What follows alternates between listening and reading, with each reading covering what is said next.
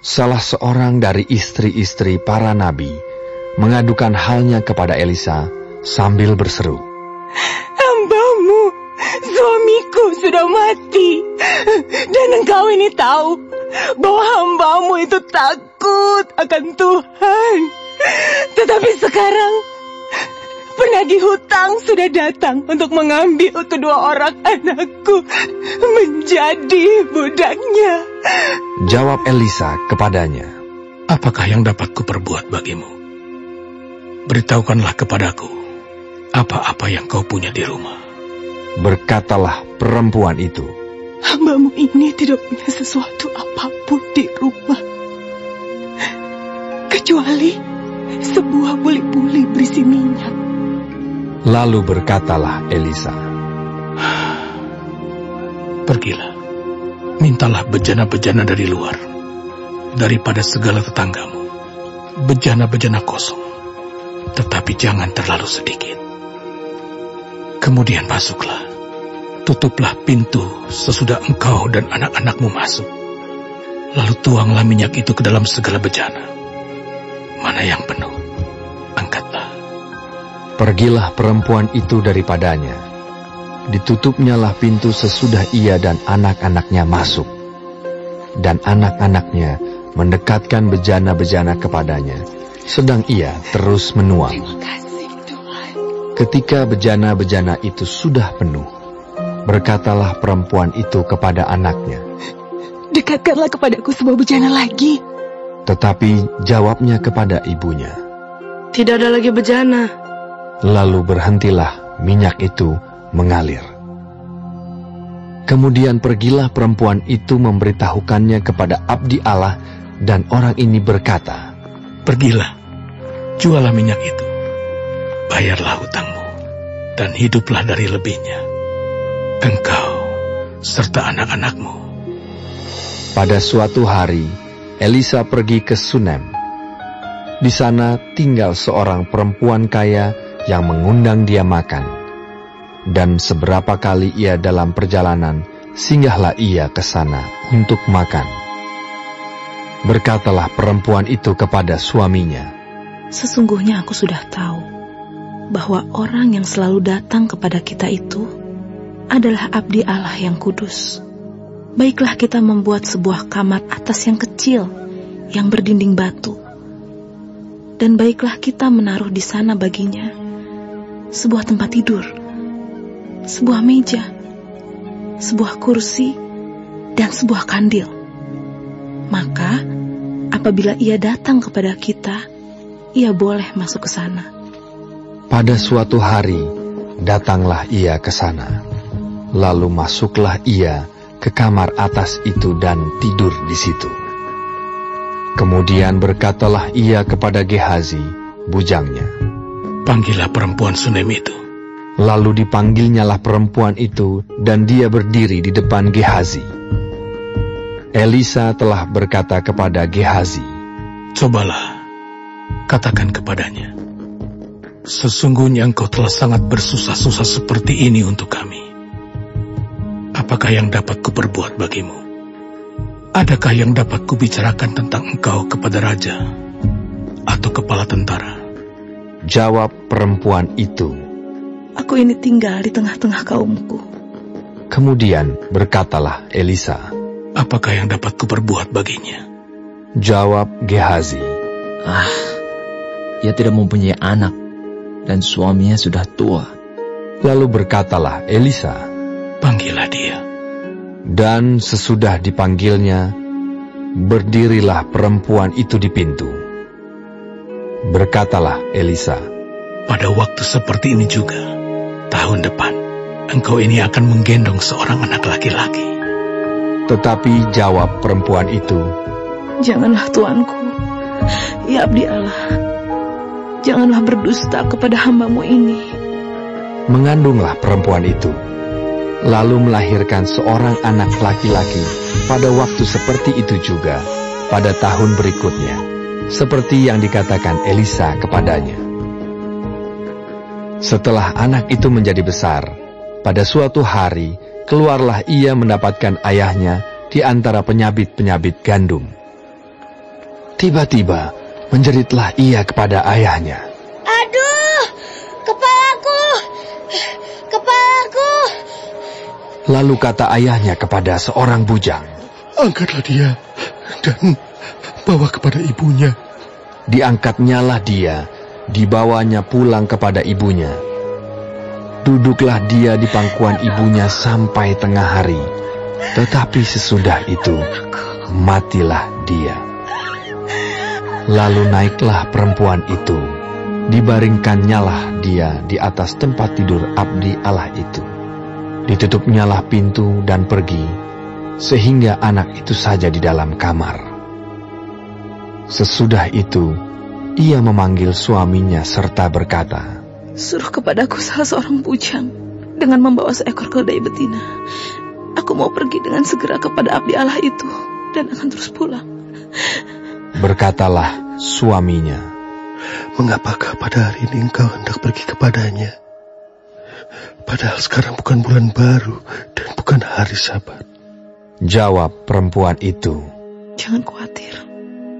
Dipelanainya keledai itu dan berkatalah ia kepada bujangnya, Tuntunlah dan majulah. Jangan tahan-tahan aku dalam perjalananku, kecuali apabila ku katakan kepadamu. Demikianlah perempuan itu berangkat dan pergi kepada abdi Allah di Gunung Karmel. Segera sesudah abdi Allah melihat dia dari jauh, berkatalah ia kepada Gehazi, bujangnya, Lihat, perempuan Sunem itu datang. Larilah menyongsongnya dan katakanlah kepadanya, Selamatkah engkau? Selamatkah suamimu? Selamatkah anak itu? Jawab perempuan itu, Selamat. Dan sesudah ia sampai ke gunung itu, dipegangnyalah kaki abdi Allah itu. Tetapi Gehazi mendekat hendak mengusir dia. Lalu berkatalah abdi Allah, Biarkanlah dia. Hatinya pedih. Tuhan menyembunyikan hal ini daripadaku, tidak memberitahukannya kepadaku. Lalu berkatalah perempuan itu, Adakah ku minta seorang anak laki-laki daripada Tuhanku? Bukankah telah ku katakan, jangan aku diberi harapan kosong? Maka berkatalah Elisa kepada Gehazi, Ikatlah pinggangmu, bawalah tongkatku di tanganmu dan pergilah. Apabila engkau bertemu dengan seseorang, janganlah beri salam kepadanya. Dan apabila seseorang memberi salam kepadamu, janganlah balas dia. Kemudian taruhlah tongkatku ini di atas anak itu. Tetapi berkatalah ibu anak itu, Demi Tuhan yang hidup, dan demi hidupmu sendiri, sesungguhnya aku tidak akan meninggalkan engkau. Lalu bangunlah Elisa dan berjalan mengikuti perempuan itu. Adapun Gehazi telah berjalan mendahului mereka dan telah menaruh tongkat di atas anak itu. Tetapi tidak ada suara dan tidak ada tanda hidup. Lalu kembalilah ia menemui Elisa serta memberitahukan kepadanya. Katanya, Anak itu tidak bangun. Dan ketika Elisa masuk ke rumah, ternyata anak itu sudah mati dan terbaring di atas tempat tidurnya. Sesudah ia masuk, ditutupnyalah pintu, sehingga ia sendiri dengan anak itu di dalam kamar. Kemudian berdoalah ia kepada Tuhan. Lalu ia membaringkan dirinya di atas anak itu, dengan mulutnya di atas mulut anak itu, dan matanya di atas mata anak itu, serta telapak tangannya di atas telapak tangan anak itu. Dan karena ia meniarap di atas anak itu, maka menjadi panaslah badan anak itu. Sesudah itu, ia berdiri kembali dan berjalan ke dalam rumah itu sekali ke sana dan sekali ke sini. Kemudian meniarap pulalah ia di atas anak itu. Maka bersinlah anak itu sampai 7 kali, lalu membuka matanya. Kemudian Elisa memanggil Gehazi dan berkata, Panggillah perempuan Sunem itu. Dipanggilnyalah dia, lalu datanglah ia kepadanya. Maka berkatalah Elisa, Angkatlah anakmu ini. Masuklah perempuan itu, lalu tersungkur di depan kaki Elisa, dan sujud menyembah dengan mukanya sampai ke tanah. Kemudian diangkatnyalah anaknya, lalu keluar. Elisa kembali ke Gilgal pada waktu ada kelaparan di negeri itu. Dan ketika pada suatu kali rombongan nabi duduk di depannya, berkatalah ia kepada bujangnya, "Taruhlah kuali yang paling besar di atas api, dan masaklah sesuatu makanan bagi rombongan nabi itu." Lalu keluarlah seorang dari mereka ke ladang untuk mengumpulkan sayur-sayuran. Ia menemui pohon sulur-suluran liar dan memetik daripadanya labu liar serangkul penuh dalam jubahnya. Sesudah ia pulang, teruslah ia mengiris-ngirisnya ke dalam kuali masakan tadi, sebab mereka tidak mengenalnya. Kemudian dicedoklah dari masakan tadi bagi orang-orang itu untuk dimakan, dan segera sesudah mereka memakannya, berteriaklah mereka serta berkata, "Maut ada dalam kuali itu, hai abdi Allah!" Dan tidak tahan mereka memakannya. Tetapi berkatalah Elisa, "Ambillah tepung." Dilemparkannyalah itu ke dalam kuali serta berkata, "Cedoklah sekarang bagi orang-orang ini, supaya mereka makan." Maka tidak ada lagi sesuatu bahaya dalam kuali itu. Datanglah seseorang dari Baal Salisa dengan membawa bagi abdi Allah roti hulu hasil, yaitu 20 roti jelai serta gandum baru dalam sebuah kantong. Lalu berkatalah Elisa, "Berilah itu kepada orang-orang ini, supaya mereka makan." Tetapi pelayannya itu berkata, "Bagaimanakah aku dapat menghidangkan ini di depan 100 orang?" Jawabnya, "Berikanlah kepada orang-orang itu, supaya mereka makan. Sebab beginilah firman Tuhan, orang akan makan, bahkan akan ada sisanya." Lalu dihidangkannyalah di depan mereka. Maka makanlah mereka, dan ada sisanya, sesuai dengan firman Tuhan. Naaman, panglima Raja Aram, adalah seorang terpandang di hadapan tuannya dan sangat disayangi. Sebab oleh dia, Tuhan telah memberikan kemenangan kepada orang Aram. Tetapi orang itu, seorang pahlawan tentara, sakit kusta. Orang Aram pernah keluar bergerombolan dan membawa tertawan seorang anak perempuan dari negeri Israel. Ia menjadi pelayan pada istri Naaman. Berkatalah gadis itu kepada nyonyanya, "Sekiranya tuanku menghadap nabi yang di Samaria itu, maka tentulah nabi itu akan menyembuhkan dia dari penyakitnya." Lalu pergilah Naaman memberitahukan kepada tuannya, katanya, "Begini-beginilah dikatakan oleh gadis yang dari negeri Israel itu." Maka jawab Raja Aram, "Baik, pergilah, dan aku akan mengirim surat kepada Raja Israel." Lalu pergilah Naaman dan membawa sebagai persembahan 10 talenta perak dan 6.000 shikal emas dan 10 potong pakaian. Ia menyampaikan surat itu kepada Raja Israel yang berbunyi, "Sesampainya surat ini kepadamu, maklumlah kiranya bahwa aku menyuruh kepadamu Naaman, pegawaiku, supaya engkau menyembuhkan dia dari penyakit kustanya." Segera sesudah Raja Israel membaca surat itu, dikoyakkannyalah pakaiannya, serta berkata, "Alahkah aku ini yang dapat mematikan dan menghidupkan, sehingga orang ini mengirim pesan kepadaku, supaya ku sembuhkan seorang dari penyakit kustanya? Tetapi sesungguhnya, perhatikanlah dan lihatlah, dia mencari gara-gara terhadap aku." Segera sesudah didengar Elisa, abdi Allah itu, bahwa Raja Israel mengoyakkan pakaiannya, dikirimnyalah pesan kepada Raja, bunyinya, "Mengapa engkau mengoyakkan pakaianmu? Biarlah ia datang kepadaku, supaya ia tahu bahwa ada seorang nabi di Israel." Kemudian datanglah Naaman dengan kudanya dan keretanya, lalu berhenti di depan pintu rumah Elisa.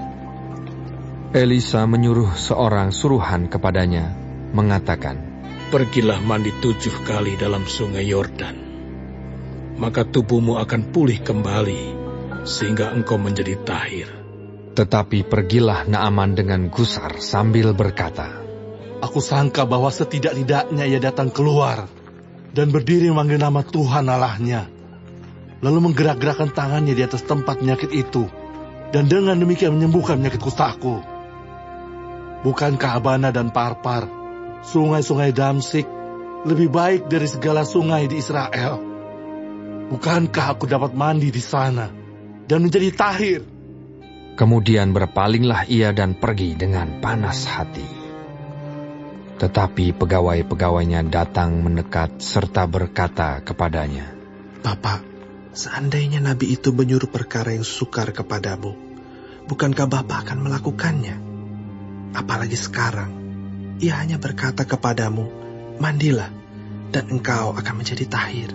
Maka turunlah ia membenamkan dirinya 7 kali dalam sungai Yordan, sesuai dengan perkataan abdi Allah itu. Lalu pulihlah tubuhnya kembali seperti tubuh seorang anak dan ia menjadi tahir. Kemudian kembalilah ia dengan seluruh pasukannya kepada abdi Allah itu. Setelah sampai, tampillah ia ke depan Elisa dan berkata, Sekarang aku tahu bahwa di seluruh bumi tidak ada Allah kecuali di Israel. Karena itu, terimalah kiranya suatu pemberian dari hamba-Mu ini.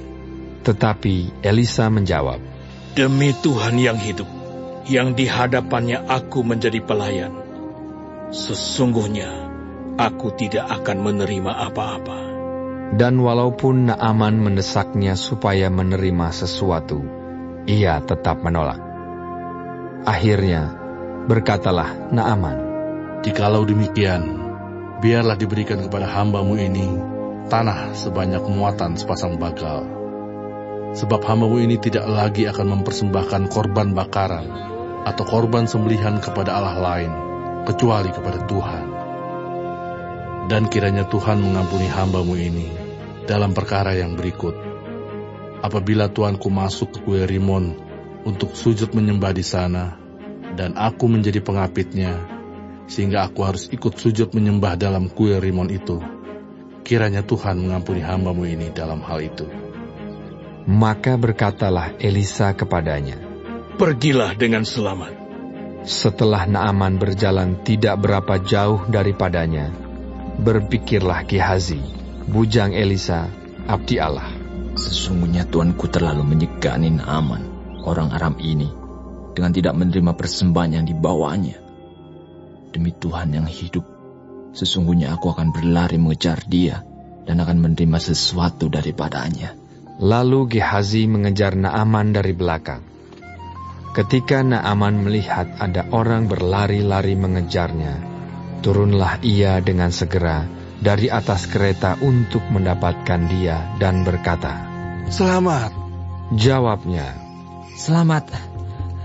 Tuanku Elisa menyuruh aku mengatakan, baru saja datang kepadaku 2 orang muda dari pegunungan Efraim, dari antara rombongan nabi. Baiklah, berikan kepada mereka setalenta perak dan 2 potong pakaian. Naaman berkata, Silakan, ambillah 2 talenta. Naaman mendesak dia dan membungkus 2 talenta perak dalam 2 pundi-pundi dan 2 potong pakaian, lalu memberikannya kepada 2 bujangnya. Mereka ini mengangkut semuanya di depan Gehazi. Setelah mereka sampai ke bukit, disambutnyalah dari tangan mereka, disimpannya di rumah, dan disuruhnya kedua orang itu pergi, maka pergilah mereka. Baru saja Gehazi masuk dan tampil ke depan tuannya, berkatalah Elisa kepadanya, Dari mana Gehazi? Jawabnya, Hamba-Mu ini tidak pergi kemana-mana. Tetapi kata Elisa kepadanya, Bukankah hatiku ikut pergi ketika orang itu turun dari atas keretanya mendapatkan engkau? Maka sekarang engkau telah menerima perak, dan dengan itu dapat memperoleh kebun-kebun, kebun zaitun, kebun anggur, kambing domba, lembu sapi, budak laki-laki dan budak perempuan. Tetapi penyakit kusta Naaman akan melekat kepadamu dan kepada anak cucumu untuk selama-lamanya. Maka keluarlah Gehazi dari depannya dengan kena kusta, putih seperti salju.